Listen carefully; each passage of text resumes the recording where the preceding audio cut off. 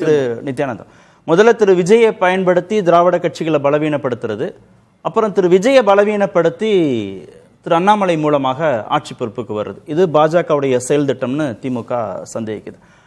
அது 50 ஆண்டு காலமாக திராவிட கட்சிகளை பலவீனப்படுத்தக்கூடிய முயற்சி நடந்தது. மீண்டும் இப்போ திரு விஜய் வந்திருக்காருன்னா அடுத்தடுத்து இது சாத்தியமா? பாஜக ஒருவேளை இந்த செயல் திட்டமாக நினைச்சா இதை உடனே சாத்தியப்படுத்த முடியுமா அண்ணாமலையை வச்சு? புதிய தலைமுறை நேர்பட பேசி நேயர்களுக்கு என்னுடைய பணிவான வணக்கத்தினை தெரிவித்துக் கொள்கின்றேன். அண்ணாமலை அவர்களை பற்றி முதலில் நாம் தெரிந்து கொள்ள வேண்டும். பாரதிய ஜனதா கட்சி சொல்லி அண்ணாமலை இயங்குவதாக இங்கே பேசப்படுகிறது திராவிட முன்னேற்ற கழகத்தால். நிச்சயமாக அது இல்லை என்பது அண்ணாமலையுடைய கடந்த கால வரலாறு, அவர் பாஜகவில் இருக்கும்போது பேசிய பேச்சுக்கள் மிக தெளிவாக நமக்கு உணர்த்தியிருக்கிறது.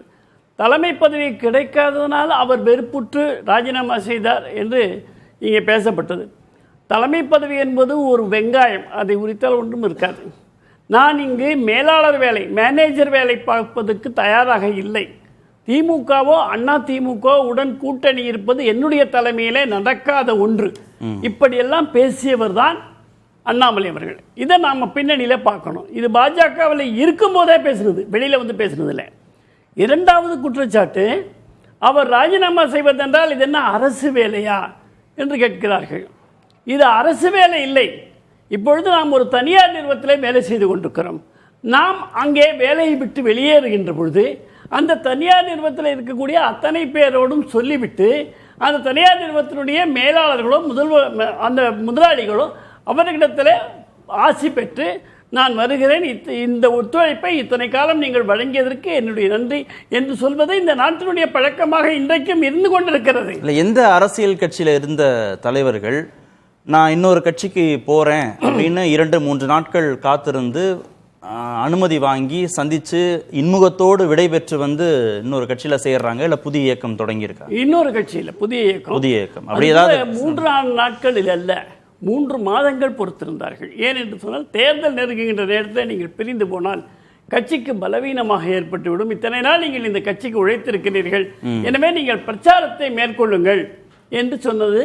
அதை மேலிடமும், அதாவது பாரதிய ஜனதா கட்சி தலைமையும் ஏற்றுக்கொண்டிருக்கிறது, அண்ணாமலை அவர்களும் சொல்லியிருக்கின்றார்கள்.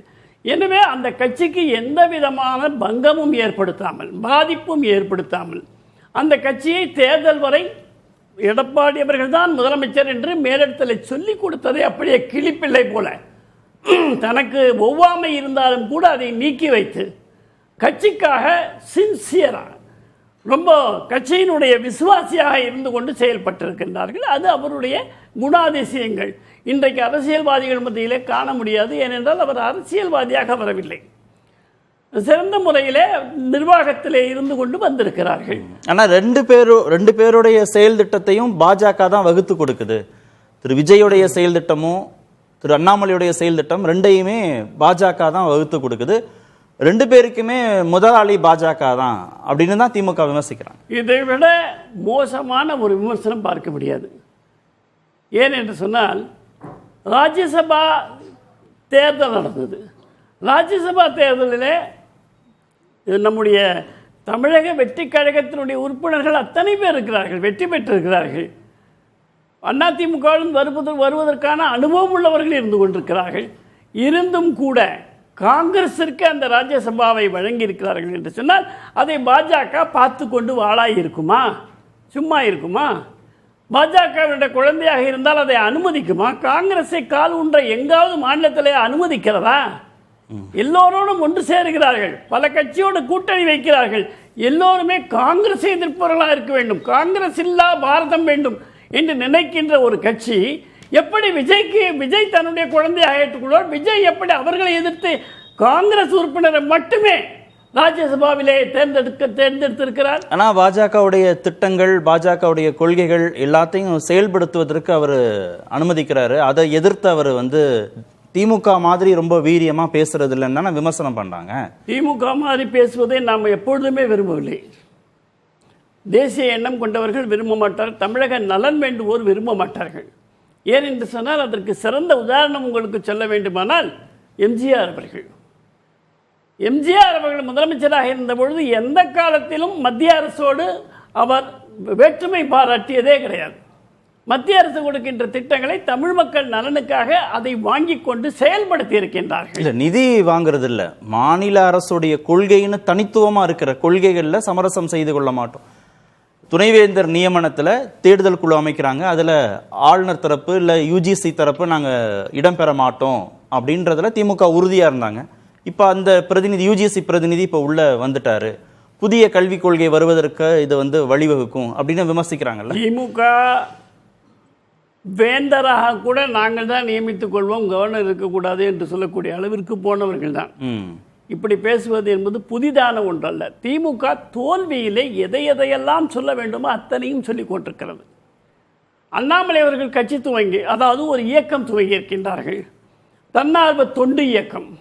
அந்த தன்னார்வ தொண்டு இயக்கத்தை பற்றி இன்றைக்கு பத்திரிகையிலே நம்முடைய நம்ம மனுஷபுத்திரன் அவர்கள் எழுதியிருக்கின்றார். அதை பற்றி தான் நம்ம இப்பொழுது பேசிக் கொண்டிருக்கிறோம், திமுகவுடைய கருத்து என்று சொல்லி. அதிலே அவர் எழுதி கொண்டிருக்கிற பொழுது அண்ணாமலை அவர்களை ஒரு கேலி சித்திரமாக கேலிப்படுத்துகிறார், ஒரு ஜோக்கர் என்பது போல எழுதியிருக்கிறார். இவையெல்லாம் புதிதாக அல்ல, விவேகானந்தர் ஏற்கனவே சொல்லி இருக்கின்றார். ஒரு மனிதனுடைய வெற்றிக்கு 3 தளங்கள் இருக்கின்றன. ஒன்று ஏளனமாக பார்க்கப்படும், அந்த ஏளனமாக பார்க்கப்பட்ட பிறகு அதையும் மீறி அவன் வந்துவிட்டால் அவனை எதிர்ப்பார்கள், அதற்கு பின்னால் தான் அவரை ஏற்றுக்கொள்வார்கள். இந்த 3 விஷயங்கள் சுவாமி விவேகானந்தர் சொல்லியிருக்கின்றார்கள். எனவே இன்றைக்கு ஏளனம் மாறி அவர் மீது ஒரு எதிர்ப்பை கிளப்பி இருக்கின்றார்கள். ஆக 2வது நிலையை கட்சியை ஆரம்பிப்பதற்கு முன்பாகவே இல்ல ஆட்சி மாற்றங்கிறத எப்படி உறுதிப்படுத்துறாரு? 31ல ஆட்சி மாற்றம் வந்துரும், நாம ஆட்சிக்கு வந்துருவோன்றதை எப்படி உறுதிப்படுத்துறாரு? 4 ஆண்டுகள் மக்கள் திராவிட முன்னேற்ற கழக ஆட்சியை, அப்பாவினுடைய ஆட்சியை நல்லது நடக்கும் என்று நம்பினார்கள்.